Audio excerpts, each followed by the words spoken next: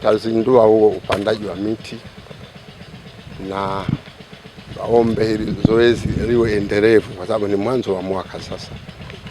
Tuendelee kupanda, lakini hata wananchi hali ya hewa huko ni nzuri. Pende tabia ya kupande hiyo miti, hata kwenye makazi yetu pande miti ya mapambo, miti ya kivuli, lakini na miti ya matunda. Huko kwenye vyanzo vya maji tupande hiyo miti rafiki na maji. Alafu tukishapanda tuzingatie, tusiende kulishia ng'ombe tena kule, tusiende kulima tulikopanda. Tulinde ama tutunze mazingira ili nayo yatutunze sisi, yaje ya watunze vizazi vijavyo. Kwa majina naitwa Iveta Kaingi, ni mtumishi wa Tume ya Taifa ya Umwagiliaji, kitengo cha usimamizi wa mazingira na jamii.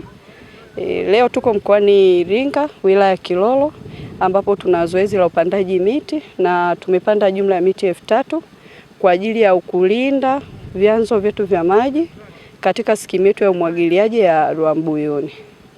Katika zoezi hili tumewashirikisha wadau mbalimbali. Kwa kwanza tulikuwa na mheshimiwa mkuu wa wilaya ambaye ndo alikuwa mgeni wetu rasmi. Lakini pia tulikuwa na wenzetu kutoka halmashauri ya wilaya ya Kilolo. Pamoja na hao tulikuwa na wenzetu wa TFS ambao wametusaidia kuhakikisha kwamba tunapata miti rafiki kwa maji, na pia wenzetu wa bonde ya mto Rufiji nao wameshiriki ili kuhakikisha kwamba tunatunza kwa pamoja vyanzo vyetu vya maji na kuhakikisha sasa tunaweza tunatunza vyanzo vyetu vya maji. Majina naitwa Ernest Mrola, ni Conservation Ranger, natokea wakala wa huduma za misitu wilaya ya Iringa. Yes, katika zoezi hili TFS tunaendelea kushirikiana na wadau wa mazingira kama Tume ya Umwagiliaji katika kuendelea kupanda miti katika maeneo ya vyanzo vya maji ili kuendelea kuisha uoto ambao umepotea, ambao umesababishwa na shughuli mbalimbali za kibinadamu kama kilimo, ufugaji na shughuli zingine.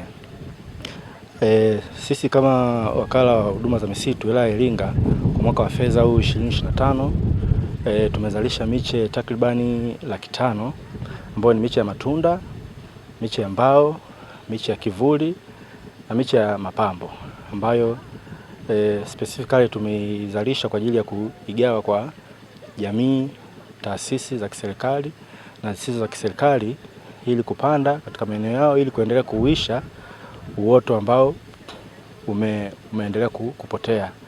Wote tumeshuhudia mabadiliko, athari ambazo zinaletwa na uharibifu wa mazingira, ambapo tunapata changamoto ya mabadiliko ya tabia nchi. Hivyo TFS imeendelea kujikita kuzalisha miche mingi ya kutosha ili kupanda katika maeneo ambayo yameharibika ili kuendelea kuisha uoto. Kwa majina naitwa Adam Shabani Sauge, ni mwenyekiti wa kitongoji cha Ruaha mjini.